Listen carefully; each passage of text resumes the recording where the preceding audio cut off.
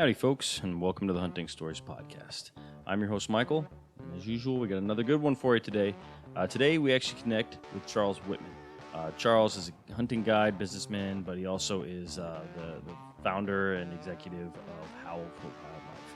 If you're not familiar with Howl for Wildlife, you need to be. They're basically making all hunters advocates for the thing that we love. I'm not going to go too deep into it here. We're going to let him go ahead and kick off with some crazy stories that were really fun to listen to. But please pay attention near the end when he starts to go into a little bit more about what Howl for Wildlife is. I'd like you all to check out his Instagram as well as their website and everything that they're doing. So that's where I'll stop now. Let's get this thing started and let Charles tell you some of his stories. Thank you.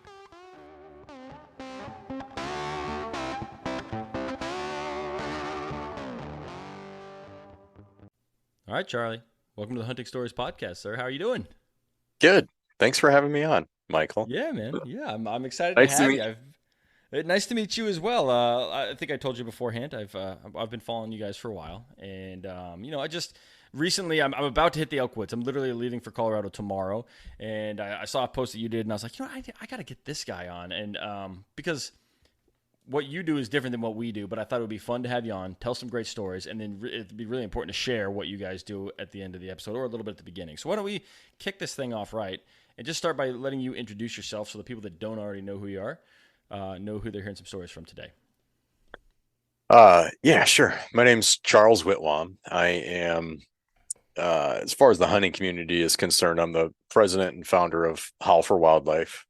We basically simply we try to get hunters to be activists. We let them know about the issues and try and get them involved in a pretty efficient, easy way. So that's what we do there. I have a business here in California besides that, like how I actually make my money.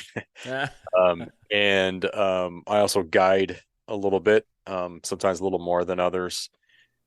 I hunt all the time. I live in California now. I grew up in Michigan. My dad was probably one of the earliest bow hunters. He started bow hunting in the late 50s. Oh, wow. And I have his first one of his recurves. I'm guessing it's his first. I'm not sure. But yeah, so I've always been around hunting for my whole life. It's the thing that I am best at, and it's what I think about the most, and it's what I spend most of my time doing. I am addicted to it, I guess you could say. It's just I absolutely love doing it. It's fantastic. And living in California, people might be surprised. There's actually a lot of hunting here, I've and heard that. species you can't hunt elsewhere, and interesting seasons. So I go out of state, but I do love hunting here. Yeah. I've heard there's some great hunting in California, but I don't know. Maybe I heard this wrong, and maybe you can correct me. But it's not great for non-residents. But if you live there, you got some pretty decent opportunity. I mean, depends on what you want to hunt. It's got to be some of the best black bear hunting. I mean, I don't want to give away, hey, no, you're right. Don't hunt here. No, there's more black bear, I believe, in California than any other state in the lower 48. A lot of black bear hunting here, and they're acorn fed blackberries, and or black bears, and they're eating berries, or they're in vineyards. Fantastic eating bears. I bet. Giant Not bears not here. those coastal fish tasting bears, but Exactly. Yeah, that's yeah. awesome.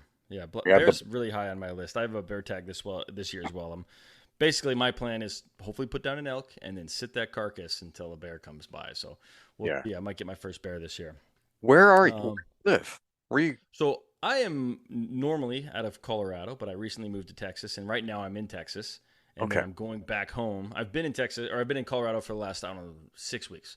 Came home for a week, basically, to bring my family back down here to our house, and then shooting Yeah. back up for a couple more weeks to hunt elk. I'm actually going hunting with Jermaine Hodge, if you're familiar with him. Oh, Yeah, yeah. yeah. Him and I are So, heading out. Can't say the unit, but for about yeah, 10 days, he's given me his time to. He's going to call for me, which is pretty exciting. that's super cool. So, my partner, the vice president of Howl, John Stallone, I'm pretty sure he's friends with Jermaine. He hunted. Well, I know he is. What am I talking about? I know he is, and I Yeah. think they elk hunted together last year, I believe last it. September. Yeah, Tremaine is All world. beyond helpful, man. Beyond helpful. He's willing Yeah. to help anybody out. Well, that may not be true, but he's willing to help a lot of people out. So, but cool, Charlie. Well, let's. I mean, I know we came to you after a long day at work, so hopefully this is a little therapeutic for you. But let's talk some of your stories. Why don't you set the stage if you have one in mind that you want to kick it off with? Well, um, recently, so I started hunting in or this year, I was hunting in Arizona, and that Mhm. season is like December and January for the rut, right? So in January, I go out there every year. I guess this is my third year, I think, going out there. So I can't say every year. Um, I got an awesome mule deer out there, public land over the counter. I got a javelina, got turkey here in California in the springtime. I'm always wild pig hunting. I love wild pig hunting. Like Yeah. one thing about California, and it's different than any other state. It's different than hunting wild pigs in Texas or whatever. How so? They're in the mountains. I mean, Okay. at least where I hunt them, they're a completely different animal. Obviously we can't bait them. There's no feed stations and all that. So it's a pretty true spot and stalk hunt. And I Okay. don't think a lot of people understand it. They just see, you see people hunting pigs on TV and stuff, and I mean, it's cool. But here in California, say like in Mendocino County or in Humboldt or whatnot, it is, I think, one of the coolest hunts on the planet. I mean, Oh yeah. these things are like werewolves roaming around out there. Um, a lot of times they'll have, real thick hair and long hair, got those kind of Russian characteristics. But it's just where they live and how they live. They've become one of my favorite animals to bow hunt by far. And honestly, the easy part, once you see pigs, I think it's easy once you get eyes on them, but you Okay. got to find them. I honestly think that um, spotting, say, black-tailed deer or any deer and putting a stalk on them and getting an opportunity is easier than actually hunting a free range, public land, wild pig in the mountains. Huh. I Interesting. really do. And I've done a lot of hunting on them. I mean, I'm kind of obsessed with hunting pigs, but no, it's a cool, I can't say a species, but it's different in California for Yeah, sure. for sure. 100% different. I've run around after hogs a few times here in Texas, and I'm not a big fan of sitting a blind. It's just, Yeah. but it's what people do out here, so I've partaken. But then I've also just been like, I just want to walk around, and I've spooked plenty of pigs, and I imagine they're super hard to hunt, especially in mountains. Like I'm just rolling through a bunch of plants that want to kill me, not necessarily any elevation or anything like that. And so it's fun, but I'm sure it's very different. It's year round, of course, which is great. We do have to buy a tag for each one. That's changing next year. We can just buy a validation and then you pay Huh. 25 bucks and you'll be able to kill as many as you want. So that's cool. But our archery season for blacktail deer. So we have Colombian blacktail here. There's a lot of hybrids and all that, but we actually have true blacktail here. Like you're going to find in Oregon or whatnot, a Colombian blacktail. Okay. That archery season for A zone, we have A, B, D, C, whatever. For A zone starts in July, which is pretty crazy. It's got to be one of the earliest seasons in the country, right? This year it Yeah. started July 8th. And we're out hunting blacktail and velvet. So I guess I can start with that. Opening day, got super lucky. We've had a tremendous amount of weather this year and rain in California, which is big for California. Yeah. And I think it kind of pushed back. Basically, what I'm saying is the deer were still growing all throughout July, and some of them even right now. It maybe not right now, but I know 5 days ago, some of these blacktail deer in zones where they're typically hardhorned already are still in velvet. Oh wow. And it's got to have something to do with the weather that we had this year. Huh. Uh, I don't think I've lived here long enough to have seen that before. but that has to be it because it's a marked difference this year. So anyways, I got a great buck opening day. Um, I think it was 53 yards, something like that with my bow. Made a great shot. The buck was a 4x3, but clearly still growing. I Oh mean, wow, once I got up to it, I'm like, oh man, there's a lot of growth left. I mean, there was like a month behind, that's which so is, crazy. We've had in yeah. Colorado. There's been a ton of moisture too, and I'm wondering if that'll affect the elk season at all. If they've shed their velvet or not, because it's one of the wettest years from winter all the way through spring. It's just constant rain in Hmm. Colorado. Yeah, I don't know. I mean, I think you normally get, I mean, we have severe droughts here, right? Yeah, So, it was a big difference out here, I guess I would say. But yeah, I mean, I don't know. I guess you'll know in a few weeks, right? yeah. I'll know on Saturday when I hit the woods. Yeah. Yeah, So, um, I love hunting blacktail. I'm trying to remember how many. Let's see. This was the evening. I had a few chances in the morning.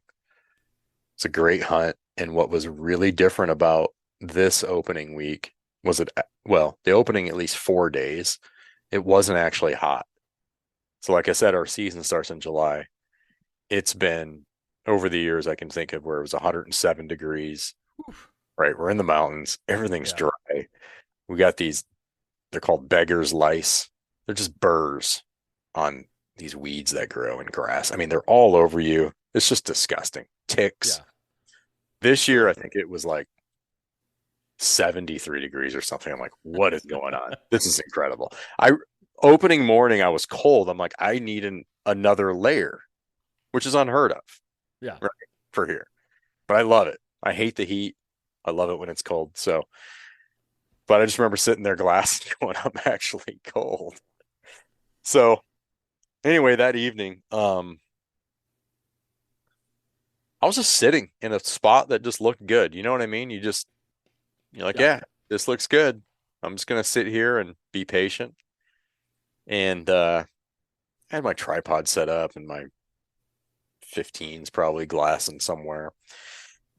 And then I don't know, I look over my binoculars and probably 100 yards away, here comes this buck just kind of getting up from its wherever it was bedded and coming in the feed, I guess. And so I got my eyes on him because I'm kind of in the open, I guess, until he goes down in a little canyon and then I can move.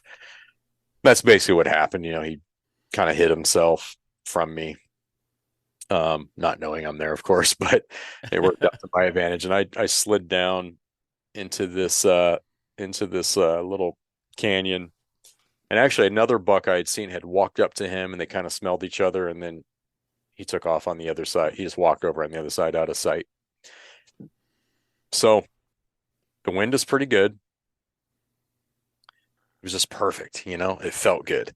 Yeah, And I think it was probably an hour before dark. You get kind of that, you can start hearing the insects and all the kind of the nighttime stuff starts coming out, little breeze. So I'm down in this little canyon. Um, so basically, I have to go up to one ridge, and he should be the last place I saw him, probably on the other ridge feeding. So I'll have a yeah. little cross canyon shot, not far, just some little rollers, really. And he's feeding in some manzanita. Uh, so I'm just telling myself, well, I need to slowly get up to the top and just, kind of grid as I'm walking up, so he doesn't catch me. You know what I mean? I need to go Yeah. super slow. I'm honestly thinking about when I hunt out here, well, when I hunt anywhere, like how does a mountain lion move? You know? And it's insanely slow. Yeah. And that's seriously how I still hunt a lot. And so I try to just scan the entire area with my eyes, left to right, whatever it is I'm looking at, before I take another step. So it can take sometimes when you're in that zone, the red zone, whatever, that can take a long time. But these things can see you. I mean, obviously, right? Yeah. And So I'm going super slow, and finally I'm like, oh my God, right there it is, and it's broadside. Here it is, opening day, perfect. I'm pretty settled. I'm not crazy excited. I think a one thing I like about kind of stalking in on an animal is you get to sort of expend that energy a little bit as compared to being in a tree stand. And a Yeah. tree stand, I think, is the most exciting kind of encounter you can ever have because you Yeah. have to sit still. They sneak in. You don't like that's where buck fever was invented. I don't really I get it believe it. if I'm like sneaking in. I don't know what it is, but made a perfect shot. And so I know I hit it, right? Right. But you always have doubts. I see the buck disappear. And then I'm just sitting there, and then I see this buck from where this buck just disappeared that I shot. I see this buck walk up this hillside, and its head is behind these branches, so I can't really see its antlers at all. It's standing there, and I'm looking at it. I'm like, what the heck? I don't see any blood. Is he going to drop right here? And he's just sort of standing there. Takes a few more steps. Like, what the heck is going on? I'm glassing it now. Like, I don't see any blood. I mean, I hit it broadside. I'm sure it was a pass through. Uh, and the buck just walks off. I'm like, no way. And I just told him, I'm like, no, I know I hit it. I heard it hit. Maybe that's the other buck that earlier I'd seen where they had Yeah. crossed paths.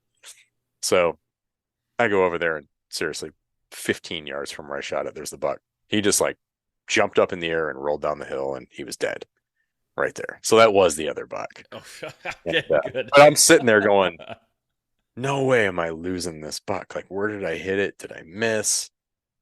You start having all the doubts and stuff. And, uh, in the excitement, sometimes you think you did things differently than what actually happened, I guess. Yeah. But, no, so I got it. That was a great start to the season, with with that blacktail. That's awesome. It actually reminded me. I don't know why it reminded me because they're not all that similar stories. But I got a quick story for you.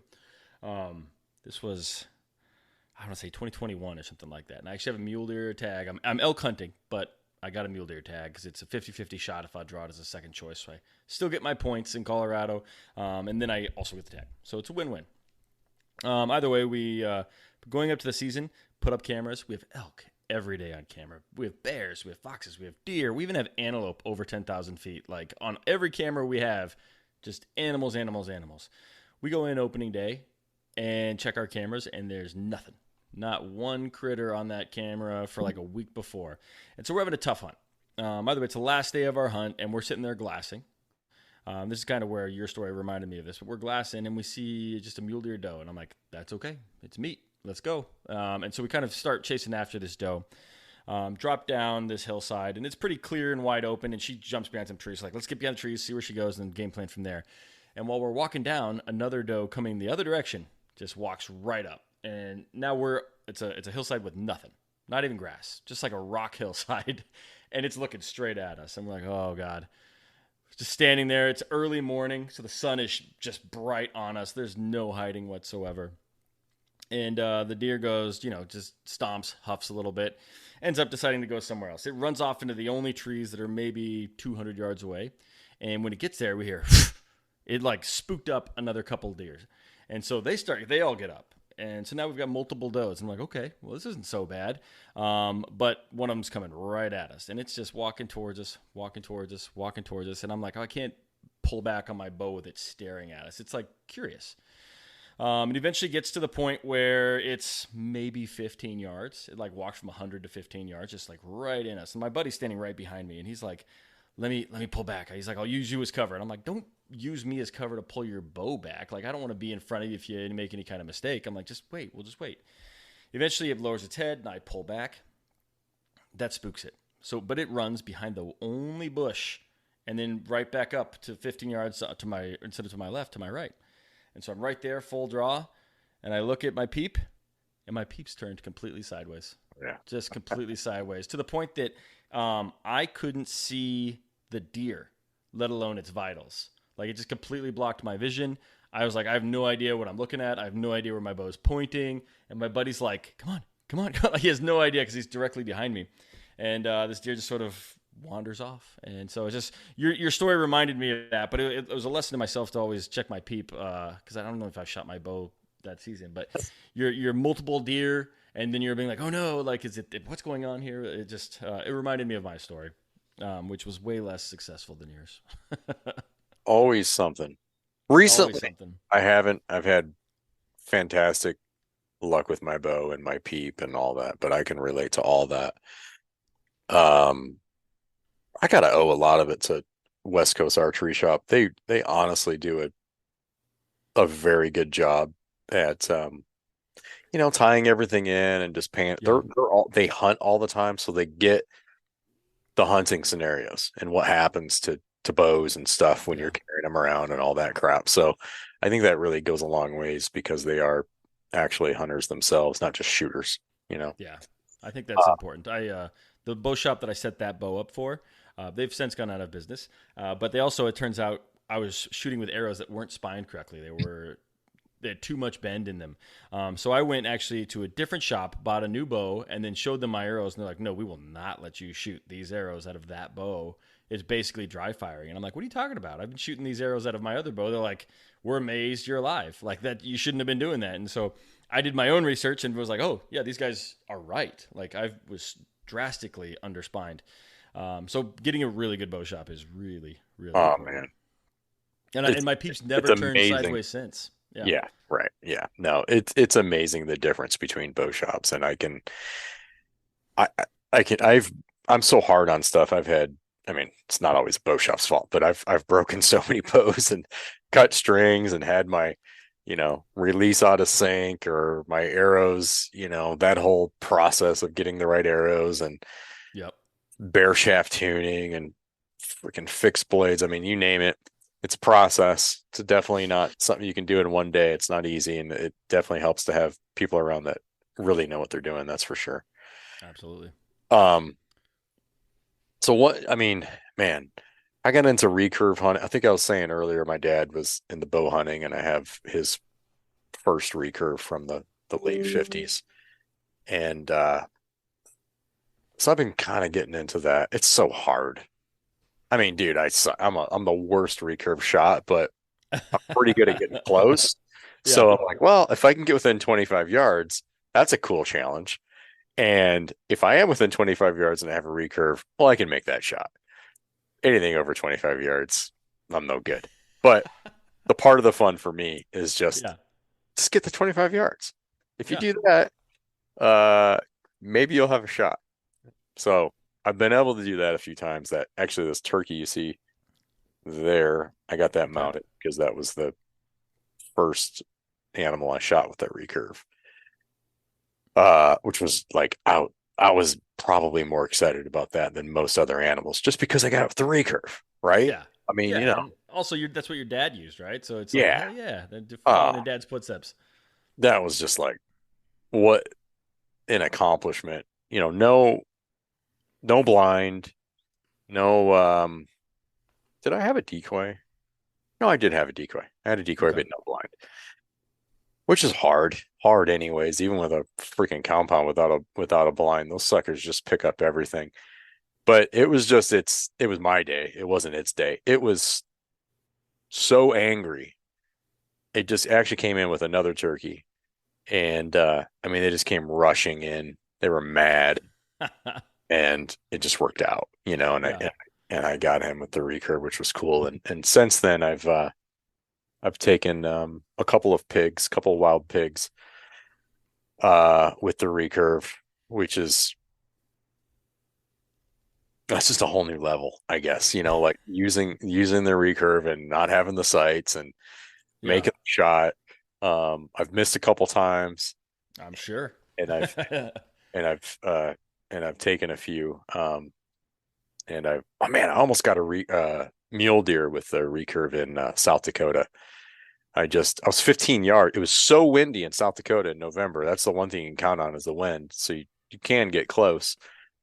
And the buck wasn't something, it was a nice 3x3, but I was like, I want something bigger with my compound. But I'm gonna go back and get my recurve. I had it like, I don't know, down the creek or wherever my stash was of stuff. I'm like, I'm gonna go get my recurve. And if I can get close enough to get this with my recurve, like I'll do that all day. Like Yeah. that's no problem. And I was 15 yards, and what's crazy is just no shot. You're 15 yards away and no shot. And then Is and it brush or? he had a bunch of does around him. Oh, Um okay. he was not really. He was kind of in this little there's kind of a little thicket of trees on a hillside, and it's pretty hilly there. It's in the breaks, the Cheyenne River breaks, Okay. basically. And so the wind was good. I mean, it was blowing in my face, so that's good, right? It's just staying out of sight. And I had some good terrain to work with. And I'm like, man, if I can just get to that bush right there, there's no way I'm not going to have a shot. Well, I finally get to the bush, still don't have a shot. Uh, because it's just through a couple things. I need him to just kind of stand up, readjust, do the little things you need them to do to get that shot. And but it never happened. And what's crazy is I think somehow, I mean, talk about going slow. I was crawling for so long. It was probably almost 2 hours and No way. probably only went 25 yards, I'm guessing. Um, it was probably something like that. And never had that shot. But anyways, I'm gonna try. But recently, last week, it was last week or 2 weeks ago. Um, I got done guiding early. I was guiding some new hunters who were trying to get their first blacktail, and they got their first blacktails, which was cool. I'm like, well, I'm gonna go, but they were gonna do a pig hunt too. We did pig hunt. We were on a bunch of pigs, but they got meat, and then now they're tired or whatever else. And they're like, hey, we're gonna go home a day early. I'm like, really? Because we're just getting on the pigs, and I'm telling you, if you guys stay tomorrow morning, because we're just figuring out these pigs, I think we're going to see the pigs in the morning. They're like, we can't, we got the hotel and it only goes till the morning. So we'd have to wake up at 3 a.m. with all of our stuff and come meet you. And I'm like, all right, I get it. They're happy. They got their deer anyway. Poor planning, on if you ask me, but Yeah. So I tell them, I go, I'm going to wake up in the morning, even though I'd love to sleep in, because these days are 16-hour days or something. It gets dark at 9 and it's light at 6, whatever it ends up being. It's a long time from yeah. when I have to wake up and when I actually get to bed. I'm like, I'm gonna wake up and I'm gonna go here and I'm gonna text you guys because I think it's gonna be good. Because we just kept we're kind of figuring them out. It was a new place for pigs, and I didn't realize there was that many pigs there. And man, we just kept running into them. So, anyways, the next morning I get up, grab my recurve. I go to the spot where we were sitting the evening before, the same spot. I look on the opposing hillside. These guys were rifle hunting, so should have been easy. I look on the opposing hillside, and there's just this giant boar going up the hillside, and I'm like, oh man, this is hilarious. Of course, it's right there. And I'm starting to make my way up because I'm gonna try and make a play on this boar. And I start to make my way up to the tree on top of this hill that's overlooking this nice valley. And we like cleared out all the leaves and stuff, so we're not making noise and got little spots to sit. And as I'm walking up this hill to get there, I can hear something in the leaves in the madrone leaves, which are the loudest things in the entire world. And I'm like, all right, there's either a pig or a bear up there, you know. And so I'm just kind of sitting there waiting. The wind is good. And I finally see, kind of the silhouette.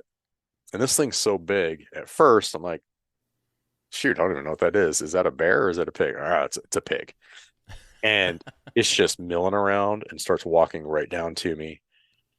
And I can see this sucker. And I'm like, oh my God, this is a big boar. I got my recurve and he's just walking right down to me. I got my backpack still on. I like to have that stuff off if I can, just more comfortably, whatever. Yeah. Honestly, I don't remember if I took it off or not. I can't remember that. I remember wanting to take it off, but I think it ended up getting on this trail and walking right towards me. Mm. So, but he doesn't know I'm there. So they kind of turn every once in a while, and he turned just right, and I let him have it. It was probably like 15 yards away with my recurve, and man, he just bolts sideways. And at that point, I mean, that's where it can kind of get dangerous because they're going to run downhill and they will just take you out. You Yeah. know, um, they're really not that dangerous, but if you get them in a spot like that, it can be pretty bad. Or if you have Yeah. dog or something or whatever. But anyways, How big was this pig, or did you actually get to weigh it, or could you ballpark it? yeah, I had to pack it out. I mean, Yeah. I mean, he had 3-inch cutters. He was probably based on he was more than 265 for real, Woo, you know? that's a big pig. And yeah, I mean, for a wild pig that runs around in mountains, I mean, that's a really big pig Yeah. because they're fairly lean. And it's also the summertime. And man, he was all just busted up. He'd been doing all kinds of fighting. Um, but that was cool. And yeah, so there I was. I'm like, yep, I can't wait to tell these guys what happened because they would have got their pigs. But the day before, we were in this thick, thick. It was all madrones, basically madrones and oaks, and we were waiting, and I was like, I don't know, it was like 11:30. I was like, hey, I'm gonna go down this trail. You guys stay here because I don't want to. It was so hot, and I'm like, I don't want to wear you guys out if you don't need to. I'm just gonna look ahead here. I go about 100 yards, and I hear all this squealing and fighting. So I run back to them. I'm like, hey, we got pigs. Let's see if we can, get on them. We get above them, and for about 3 hours, I think it was like from 12 until 3. Um, it was one of the coolest experiences. And this was what I love about pigs is that they're vocal. And Yeah. if you can get on them where they're comfortable and there's either a hot sow or whatever else, you get to hear the craziest stuff. So for 3 hours, we sat above them, and somehow the wind for 3 hours um, was in our favor, which is so tough with pigs. But we heard them fighting and moving back and forth and like hitting each other and rubbing themselves on trees and they whistle and they just all kinds of crazy noises that they make. But for 3 hours we never had a shot. We could see their legs, we could see their tails. Every once in a while we could see it was just so thick. We couldn't get a shot in any of the openings, and it was impossible to sneak to them because it's just potato chips Yeah. everywhere. Like you can't take a step without it just it's ridiculously loud. That's So, such a cool experience. but oh man, it was just Yeah. cool to sit there. And then we got to the point where we ran out of water. It was 100 degrees at this point, and the one guy was like, "I'm feeling lightheaded." I'm like, "Yeah, let's go right now because we're gonna pass out." Like we've just been sitting. It was in the shade, but you're sitting out there and you still got all your hunting crap on. It's just hot. I'm like, let's go back. We'll find him again. And we did. We just never had another chance at him. But yeah, that was cool to get that pig. And then so I did the gutless method on it and packed him out and took pictures and stuff. Um, What'd the boys say when you showed them the photos? well, they actually were like, they didn't believe me. They're like, whatever, who took the pictures? Because I have like a little tripod I'll set up on the Yeah. ground. And actually, what I do is just set it to video, and then I'll go back later and take screenshots. Gotcha. That's how you take like solo pictures. And it's great. Like you can actually get really good pictures like that. You frame up the animal real quick and, on the little tripod and make sure there's enough height, behind the animal to get the picture and stuff. And you can get some great pictures like that. And that's actually what they said. I'm like, no, this is what I do. Like, this is how you do it. And I'm like, don't you recognize this is where we've been sitting for, 2 days? And they're like, what the heck? So I'm packing that out. I got my recurve, and I always do stupid stuff. Ah. So the recurve quiver isn't I got these big, kudu point broadheads in the quiver. I was like adjusting the bow, and I'm used to my compound. I'll just like kind of toss it up and catch it in a different position or whatever if I'm trying to readjust. And I have a complete all the meat in the hide of this pig in my kafaru. And I caught my middle finger on the broadhead. And like instantly I just grab it. And I'm like, dude, come on. This again, like I'm always doing like this was a perfect day. So I'm just squeezing the heck out of it so I'm not bleeding everywhere. And my Jeep isn't too far away now. So I got a whole pig. I got my bow sort of on me. I'm holding my middle finger. My blood isn't squirting out everywhere. I look to my right, and 3 feet away is a coiled rattlesnake. Oh God. And I'm like, all right, I'm just gonna die right now. Like, Game over. what is this? You know? So I'm like, okay, like for real, don't do anything stupid right now because I'm kind of on this. It's a big piece of like bark or something. It's like 12 feet long of bark, and it's kind of on this angle that I have to that we've been stepping over for 3 days. Apparently, there's been a rattlesnake there, which I've been looking for, but I'm like, now I'm thinking like, oh my God, how many times do we have our foot right there? Whatever. Yeah. So I'm like, all right, don't slip on this log because it is slippery, and I need to just get across it and get to my Jeep, and I'm gonna come back and I'm gonna whoop this rattlesnake's ass after I wrap my I get to my Jeep, my first aid kit's there, and I just wrap everything super tight. And I'm like, dude, this is like it's a bad cut, you know. So Like how deep? If you had to get like, I don't know if you know, but is I mean, I needed stitches. okay, so pretty I, good. I didn't have Pretty good. time, and it was, I guess, thankfully, it was sort of closer to the tip. I'm looking at it now because it's just sort of closed finally. It was a problem for the next few days. Like it just would just open back up, which leads Yeah. me to other story. Uh, so I wrap it up. I grab my shovel and I'm like, dude, I'm killing that rattlesnake. I go back and I kill the rattlesnake. So get back to my Jeep. Like, all right, now I got to pack everything up with like one hand because it just, you know what I mean? Like, when you have your hand wrapped and everything else. Yep. So the Doing whole, that one hand squeeze kind of thing, trying to stop it from bleeding. so I got like a camper. I have a cab over camper on the truck, all that crap to load up. And I'm like, I know this is going to be a pain in the butt. And it was the whole time. It just keeps opening back up and I got to redress it or whatever. I finally get out of there and it's a long ways out. And I'm flat towing my Jeep with my truck and I got the cab over on. And so I'm going nice and slow and everything. I get out sort of to the main mountain highway, which is super windy. Coming down the highway, talking on the phone, and just outside of town. Thankfully, it happened. I mean, if it was going to happen, thankfully it happened where it did. My water pump goes out.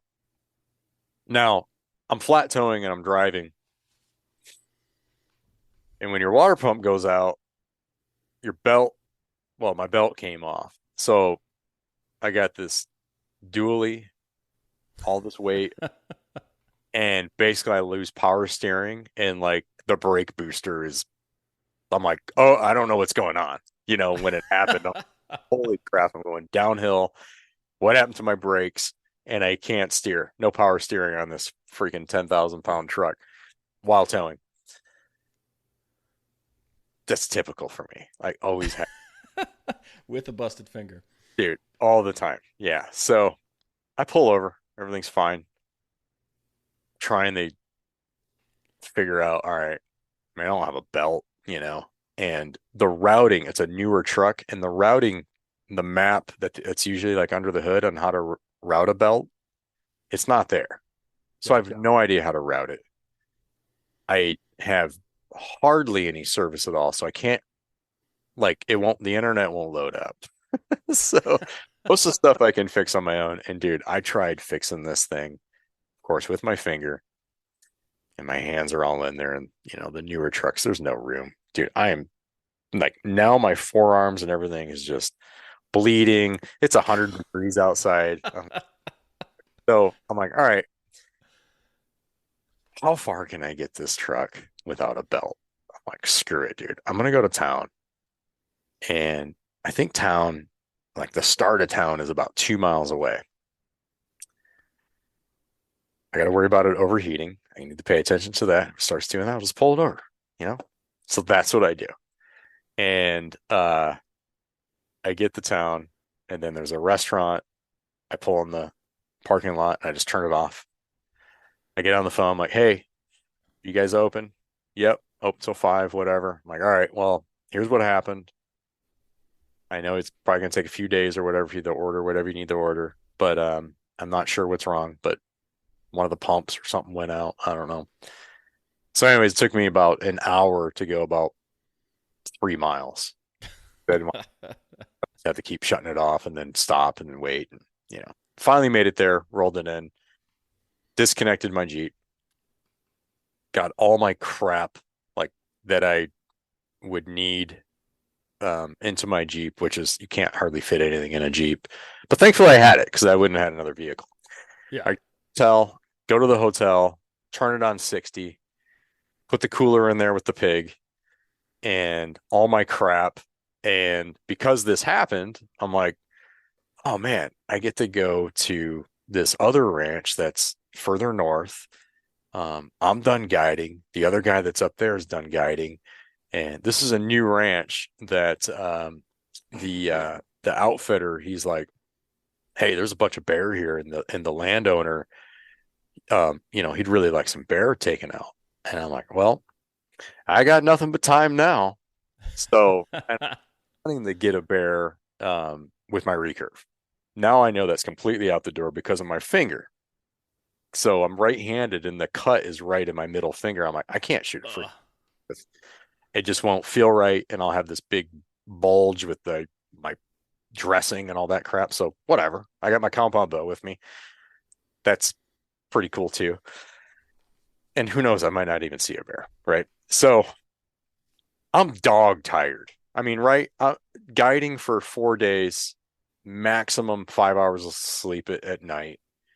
And you got the pressure of clients and all that kind of stuff. Everything. Yeah. It's my truck breaks down. I'm on the side, all this Yeah. stuff. All that stuff that goes wrong is exhausting.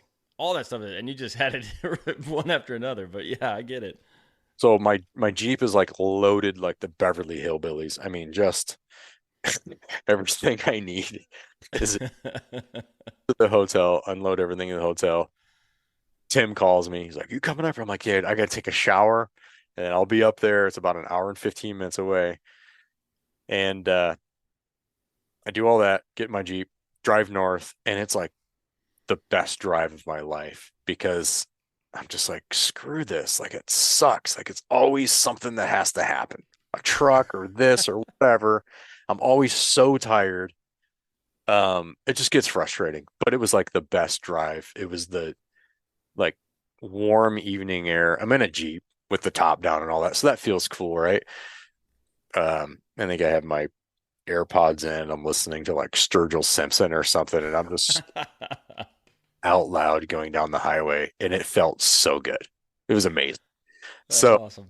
like I remember it specifically just being, I just felt like a awesome sense of freedom. And Yeah. I think we've all had those drives before. I can think of a couple in my history where I'm like, I remember one time looking in the rearview mirror and just seeing the mountains and being like, this is pretty sweet. This is a good moment right here. So I think that's just human nature, man. But that's cool that it happened after all of that other stuff. so I get up there. Um, it's probably Okay. 7 p.m. and I'm so tired. And like Tim, he wants to talk and do all this stuff. I'm like, all right, I'm just tired, dude. And he wants to drive me around this ranch. He's super excited. It's a new ranch. Tim's It's the outfitter. like 6,000 acres. What's that? And Tim is the outfitter. Yeah, yeah, yeah, Okay. yeah. Tim Lockwood and Lockwood Hunting Services, by the way. So drives me around. He has to leave because he's got to guide a deer hunter at another ranch the next morning. So Brian and I, the other guide, I stay in his camper. Now, of course, I should have went to sleep. Brian and I stay up till like 1 in the, you know, I'm the Yeah. one, I just shoot myself in the foot. Whatever. We stay up till 1 in the morning. And I think we still got up at 5 something. Yeah. And like, let's get up. And he had shot a pig the day before. He'd wanted to get a pig. And there's just pigs all over the place. Giant bucks. Laytonville, it's in Mendocino County. It's one of the best areas to hunt anything in all of California. It's unreal. One of my favorite places for sure. So he's like, hey, let's go check out this spring. All right. It's like, we're seeing bear everywhere. I'm like, really? You're just seeing bear? Like driving around? Weird. That's kind of weird. He's like, oh, like with the client he had, like, he's like, I don't even know how many bear we saw. Just driving these roads and see bear everywhere. All right. So we start sneaking into this spring and I see a bear. I think we got about 42 yards away. The bear has cubs. All right. That was cool. We Yeah. turn, he's showing me some different areas, whatever. And then, so he's got a pig on the ground. My pig, I'm like, it's okay. It's in the hotel. I got it on ice and I got the AC on 60 still. And it's right. The cooler's right in front of the AC. I got a quick question for you about your pig before we go into the bears part of the story. But you said you packed out the hide. Do you usually pack out the hide on your pigs? And if so, what for? Well, actually, no, I just packed out the head. Okay, got it. If I'm I gonna was get like, what do I? I was like, what do I not know? I could kill a hide, get the hide out, but I was curious if I was just curious. Yeah, no, this one was just the head. The head Okay, was this is a good, really good boar. But yeah, I mean, if I'm gonna get it mounted, I guess, then then I'd pack out the hide. got it, got it. That makes sense. Yeah. So Brian's got his pig in a skinning shed that's it's in the shade and really nice, but we got to get it on ice, at a certain point. So I'm like, hey, let's go to town. Let's get your ice. I don't know what I'm going to do because I don't have a cooler. Yeah, My coolers, I didn't plan on hunting. I didn't have a cooler, right? But all this happened. So I'm like, I don't care. I'm going to figure it out. I'll get a cooler. Nowhere in town has a cooler. Nowhere even close has a cooler.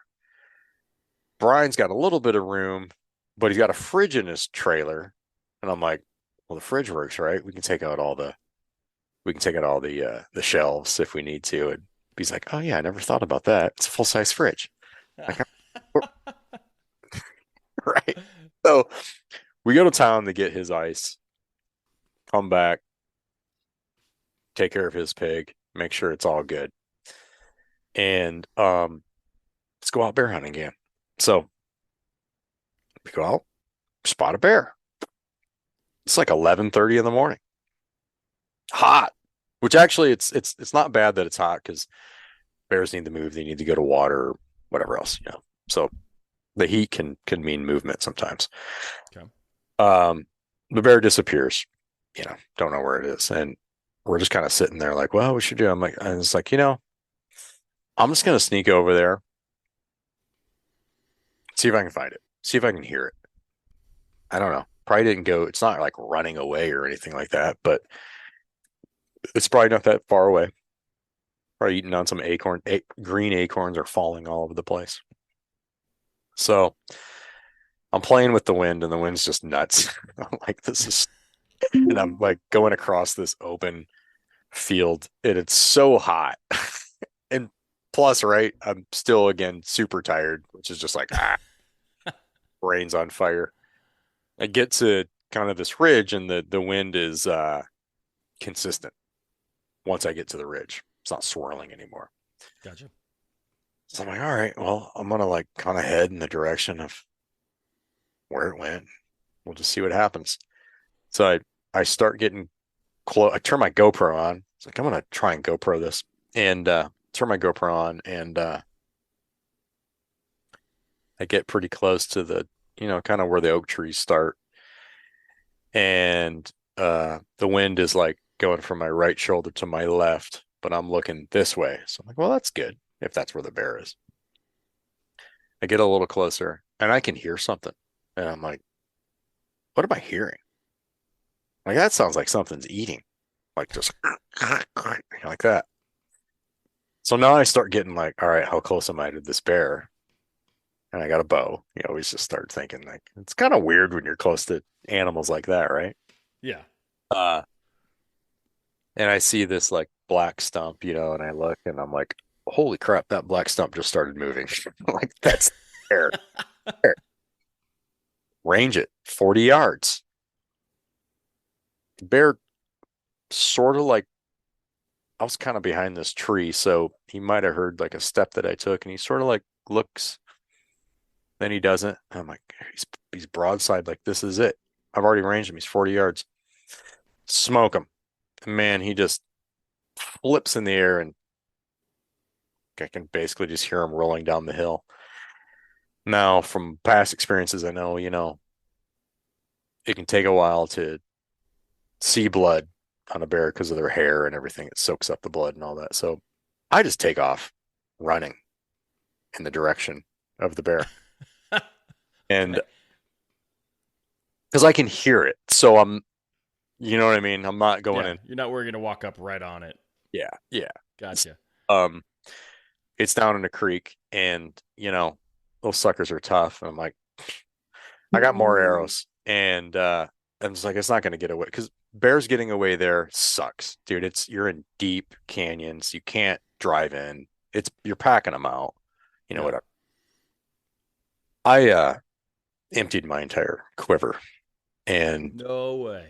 yeah, How every many arrows did you have with you? or more. So Wow. 5 total. I mean, in between that, I mean, he only went 30 yards or whatever, but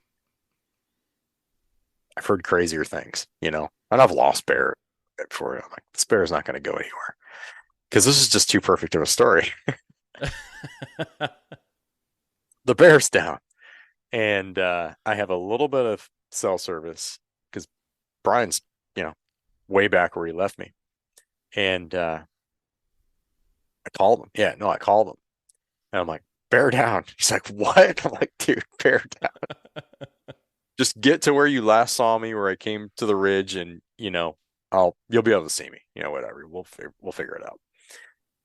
And I go over to the bear, and I didn't know the bear was that big, and he ends up being. I shot a really nice bear last year, in Covelo, which I thought would probably be the biggest black bear I'm ever going to shoot. And so I'm walking up to this bear, and I'm like, and hey, walking up to a bear, I don't walk up to it like I do a deer. Yeah.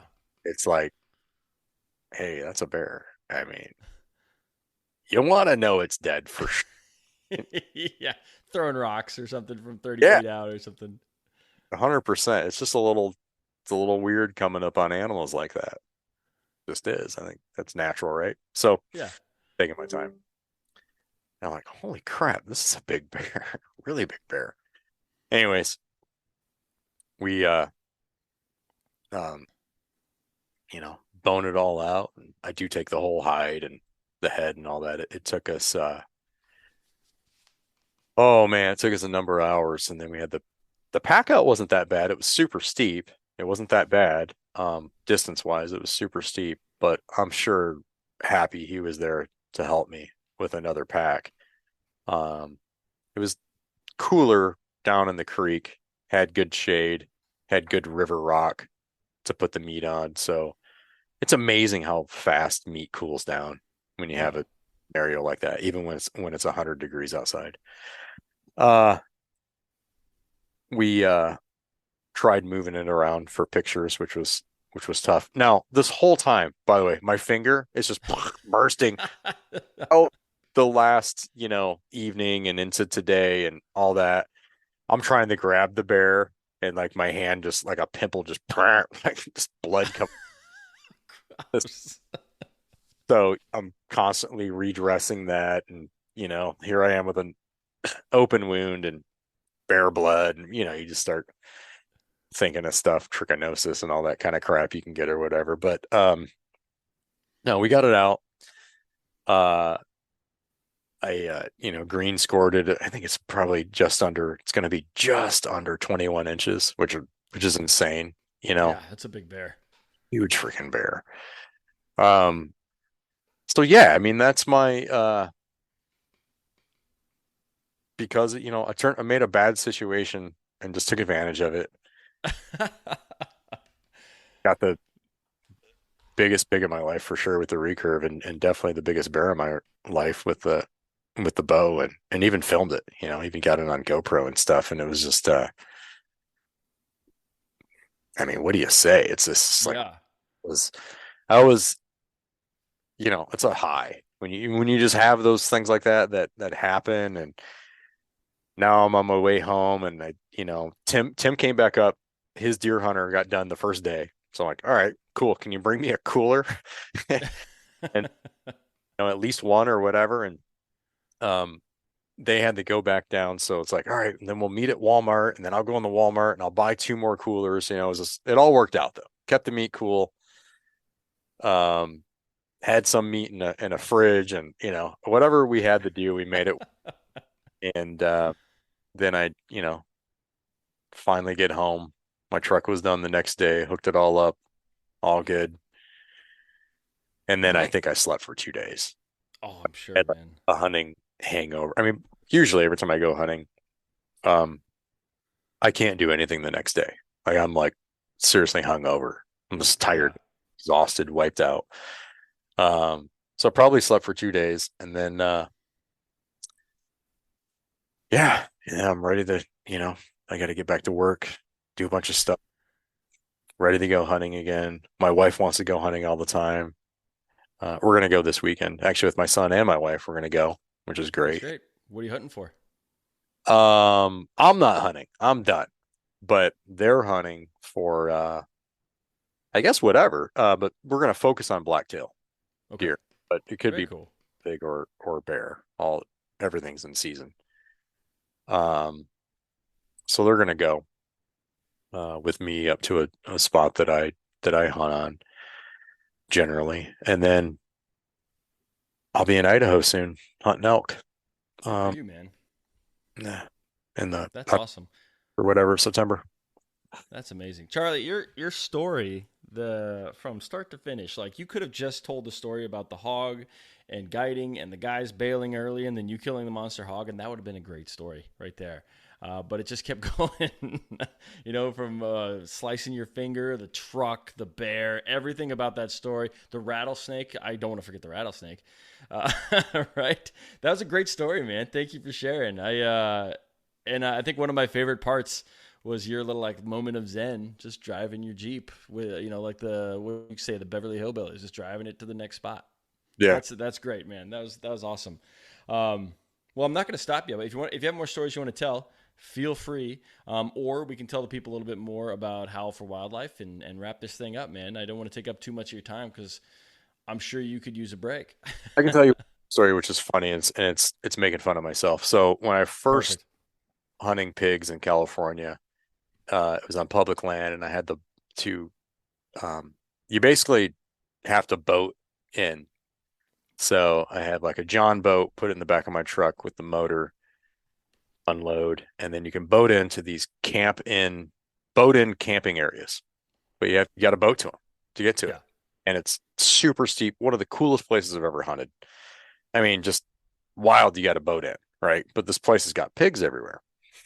So this Is it like an island, or is it just the oh only way to get to like, public land or something? Is yeah, it's just pretty much the only way to get to it. Okay, got it. For the most part. Definitely to get to the best part in the biggest areas, you got to boat in. Okay. So this time my wife is with me and my kid. We set up like a big tent. I think I even had my dogs. But I wake up early. I go hunting. Didn't see anything or whatever on my first hunt, and then I come out and I get in my boat, and I'm just acting like an idiot. Like that's just, you know, spin my boat around on the lake. I mean, there's nobody out there. Like it's not like I'm going to hit anybody or whatever else. But Yeah. I, of course, I'm not wearing my life preserver, and because I don't have the shut off, Yeah. the um, the little cord. So if you fall out, it shuts the Yeah. engine. Kind of like a treadmill or whatever where you clip it to your shirt. It's that, Yeah. right? So I'm out there just however fast that thing will go, and I'm like swinging it to the left, and you're kind of like planing across and then swinging right. Now, I don't know if I hit something. I could have. Maybe there was a log in the water. I go flying out of the boat. Oh. Like, it's cold. It's really cold. And the boat keeps going because off, right? Well, it's kind of like going in circles and it comes back at me. And speaking of GoPros, my GoPro's on my head. I eventually lost it. It's at the bottom. If somebody finds it at the bottom of the lake, they're going to have the most hilarious footage. Actually, I didn't have it on, but I have good footage of hunting on there from different stuff, but it wasn't on. I Yeah. think my head. But anyways, I'm out of the boat, no life preserver, in the middle of this pretty big lake. It's probably 36 degrees outside. My Ooh. boat's trying to run me over.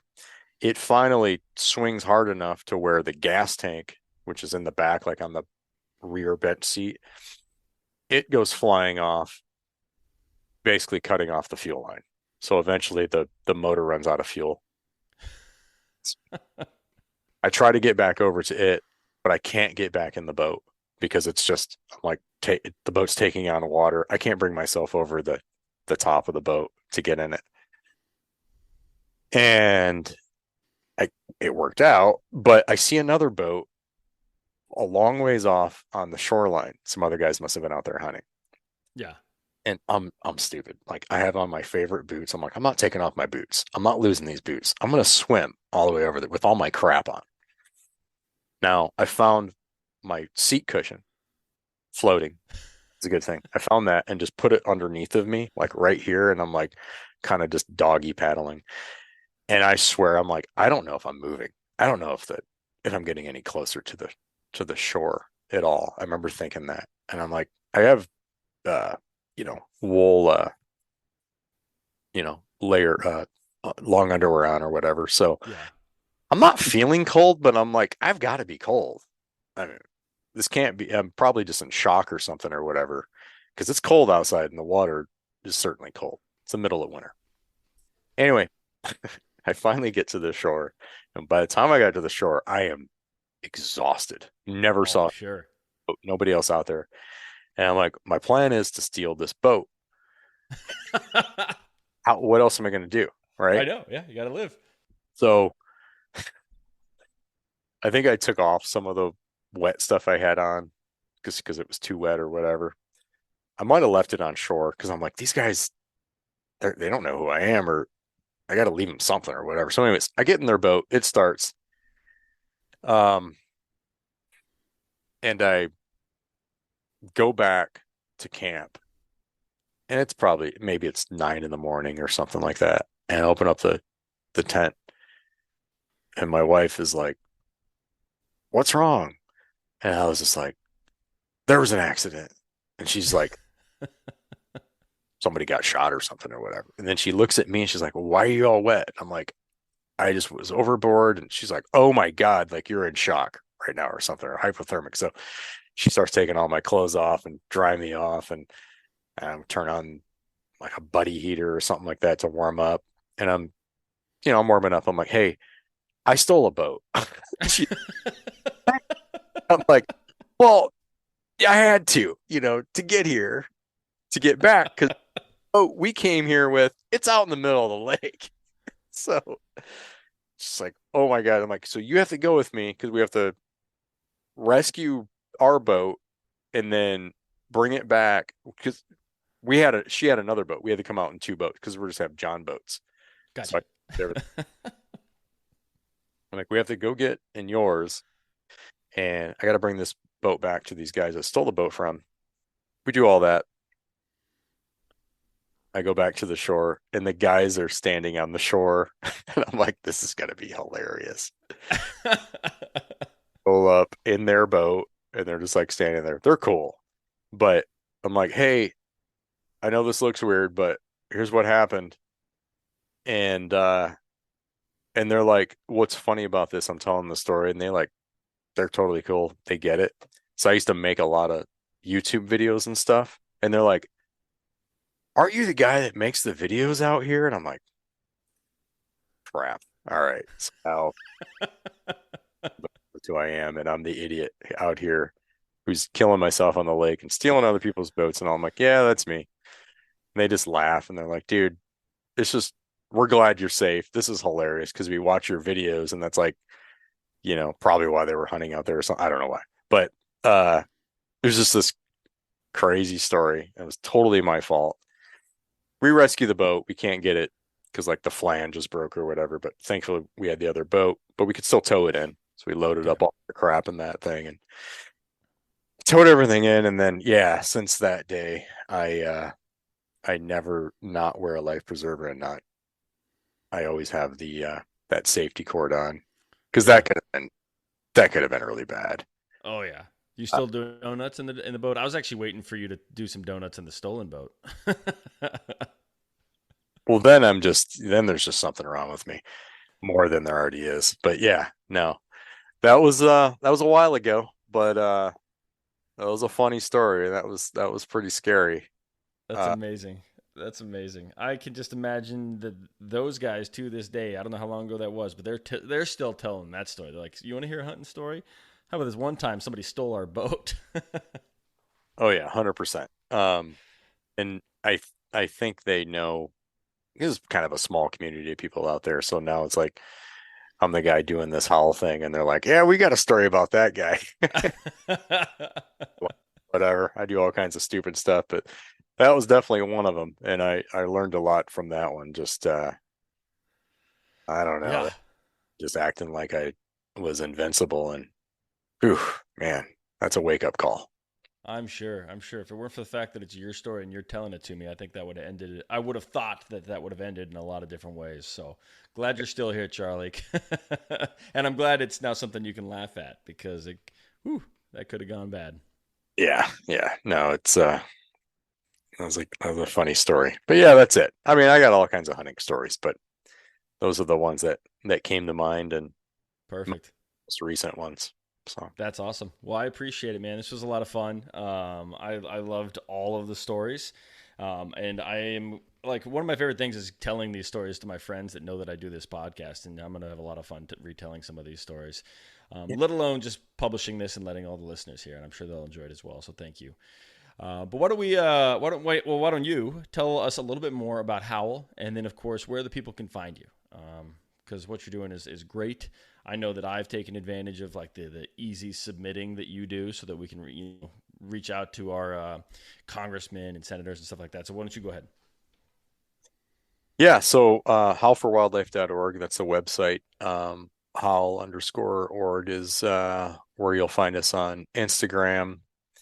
But we are certainly completely different and on the cutting edge when it comes to the space that we work in, which is kind of online advocacy mixed with getting involved in commission meetings. That's where, you know, probably most of the wildlife decisions are made. And for some reason, it's like completely avoided by sportsmen, commission Yeah, meetings. And so we've been really successful at getting people involved in that process. And most of it's about, education and helping you feel comfortable with what to expect, and then getting you prepared for for the process, which is talking basically, and giving your story. But that's been super successful, and we've really eh, I'm about a year and a half in now, I think, maybe over a little bit over a year and a half in with Howl, and we have some amazing partnerships, and that's just starting. So it's cool. There's a lot to look forward to. Um, and then me, I don't post anything hunting on Howl, like personally or whatever else. But I do have a page where you can see all my hunting stories actually, and that's basically all I use it for. Like I don't use it for anything else. And that's Shadow Trekker Adventures, and that's on Instagram. Okay. But that's where all my hunting stuff is. So Awesome. it's a good, it's like a reprieve for me. Like I For like sure. there and hey, here's hunting and funny me. Nothing to do with my job or hunting or howl or anything like that. It's like a good escape. Yeah. Yeah. Well, that's awesome, man. Well, I will. I'll put links to everything in the show notes, and like I said, definitely give Howl a follow on Instagram. You've made me aware of multiple issues that were going on in the sportsman community that I had no idea about. I've hunted Washington, Texas, Colorado, Wyoming, and I basically try and anywhere I've been, I try and make sure I follow up on whatever you're posting, and you're posting from all over the country or issues all over the country. So thank you for what you do. Thank you for your stories, specifically for today. I had a lot of fun. Hope you did too. And yeah, man. Hopefully we'll get you back sometime in the future to tell some more, and hopefully you don't drown between then and then. I won't. I cut my but I won't drown. Perfect, Charlie. All right. Well, thanks again, man. I appreciate you. Thank you. Thank you.